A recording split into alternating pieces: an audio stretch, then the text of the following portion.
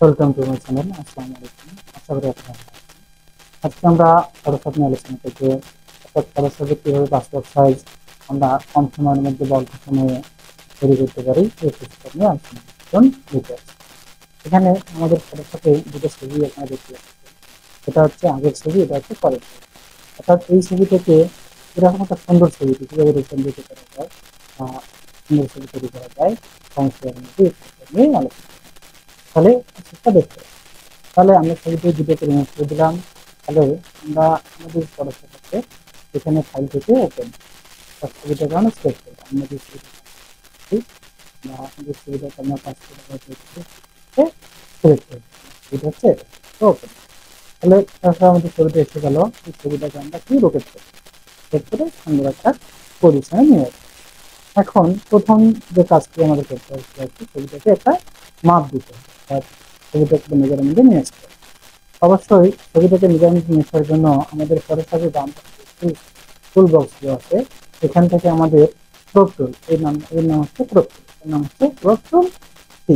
Crop tool দিয়ে কাজ করি। ক্রপ টুলে ক্লিক করার পরে উপরে আমাদের এই দেখুন হাইট আছে, তারপরে রেগুলেশন। তাহলে যেটি পাসপোর্ট সাইজ ছবি সেহেতু উইথ হবে হচ্ছে 1.5, এটা 1.5 ইঞ্চি, আর হাইট হবে 2 ইঞ্চি অথবা 1.9 ইঞ্চি। 1.9 ইঞ্চি দিলেও হবে, 2 ইঞ্চি দিলেও হবে, আর রেগুলেশন হবে 3 ইঞ্চি। এখন 3R, 4R, 5R, 6R channel বা পাসপোর্ট সাইজ যে কোনো ছবি হয় না কেন তার রেজুলেশন হবে 3, অবশ্যই 3।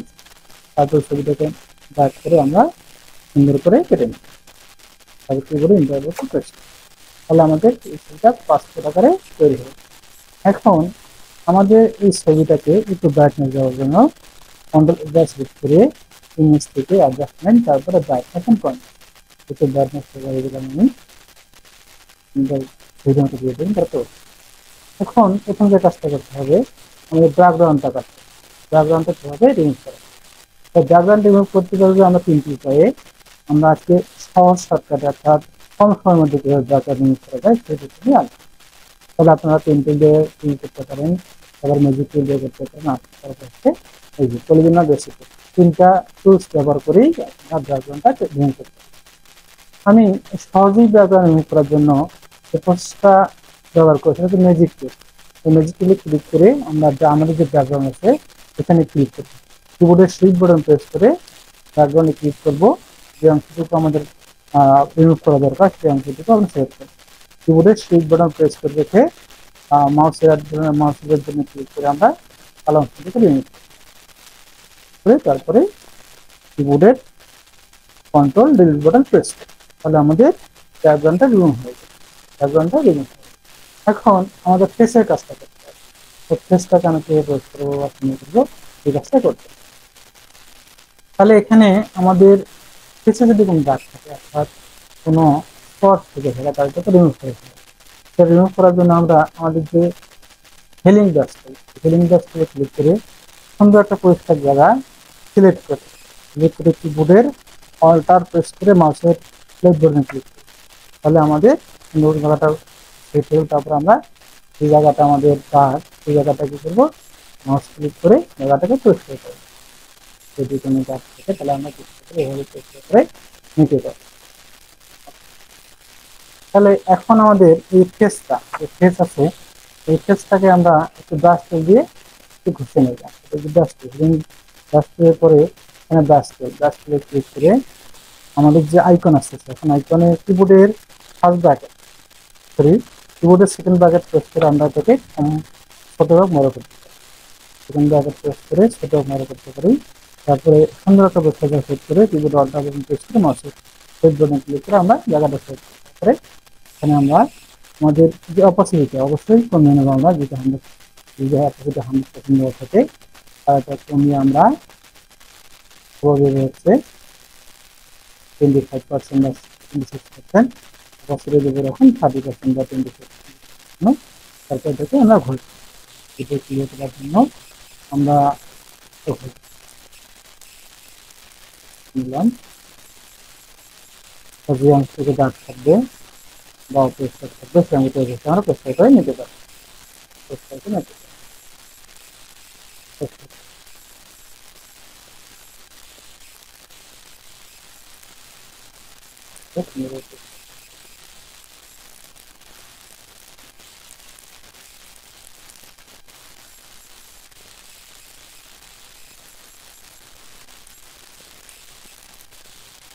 সুন্দর করে আমরা দাগ থাকবে বা কালার দাগ থাকবে স্পট থাকবে একটু সুন্দর করে করতে হবে। তারপরে যে কাজটা করতে হবে অর্থাৎ আমাদের যে চোখ এবং অর্থাৎ কালার চুল কালো করতে হবে। এই কালো করার জন্য আমরা এখানে আসবে হচ্ছে আমাদের ব্রোন টুল, অর্থাৎ ডক্টর ব্রোন টুলে ক্লিক করে পাসওয়ার্ডটাকে ছোট করে নিয়ে আমরা ডকুমেন্ট থেকে মাউস ডকুমেন্টটা কালো হয়ে যাবে, ভেতরে কালো হ্যাঁ। আর যদি কোনো অংশ কালো করার প্রয়োজন হয় তাহলে এই কালো করতে। এখন আমাদের এই ছবিটাকে একটু আমরা ফিল্টার করে নেব। ফিল্টার করার জন্য ক্লিক করে উপরে যে আমাদের মেনু বারগুলো সুন্দর ফিল্টার, ফিল্টার থেকে ইমেজিং, ইমেজিং থেকে নয়েজ, প্রফেশনালে ক্লিক করে তারপরে এটাকে ফিল্টার করে নেব।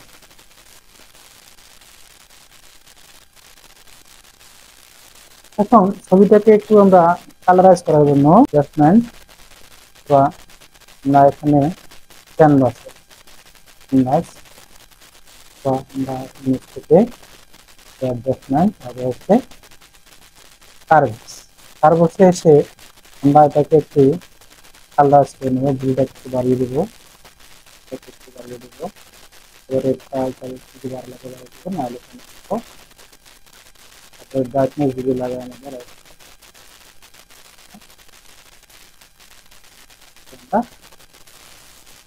দেখা যাবে ছবিটা আমাদের অনেক সুন্দর হয়েছে। শর্টকাটে সহজে এবং অল্প সময়ের মধ্যে আমরা কীভাবে পাঁচটা সাইজ ছবি তৈরি করবো করে করতে হবে। কিবোর্ডের কন্ট্রোল ইন্ডিকেশন পেজ নিব, পেজের সাথে অবশ্যই বেফোর আসবে তো ছবিটাকে এই যে মুভ ফিল দেওয়া করে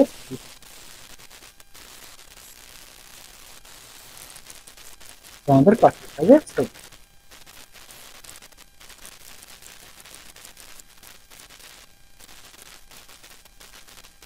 কন্ট্রোল ডাবল ক্লিক হয়ে গেল আমাদের ছবি। তাহলে এটা হচ্ছে আমাদের বর্তমান কাজ করা ছবি। আর আগের ছবিটা আমাদের ক্লিয়ার ছিল আমার ছবি দেখি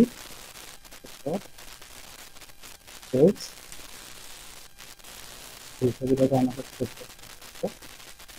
ছবিটা আমি নাম দিয়ে দিলাম। তাহলে আমরা একটু খেয়াল করি যে আমাদের বর্তমান ছবিটি এবং পরের ছবিটির মধ্যে পার্থক্য কিরকম। আমি দুটো ছবিতে নিয়ে এসেছি এখানে। আমাদের পরের ছবিটা হচ্ছে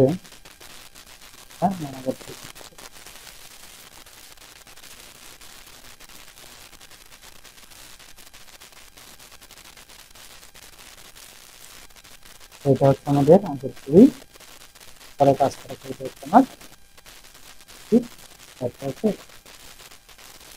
ধন্যবাদ সবাইকে, ভালো থাকবেন, আল্লাহ।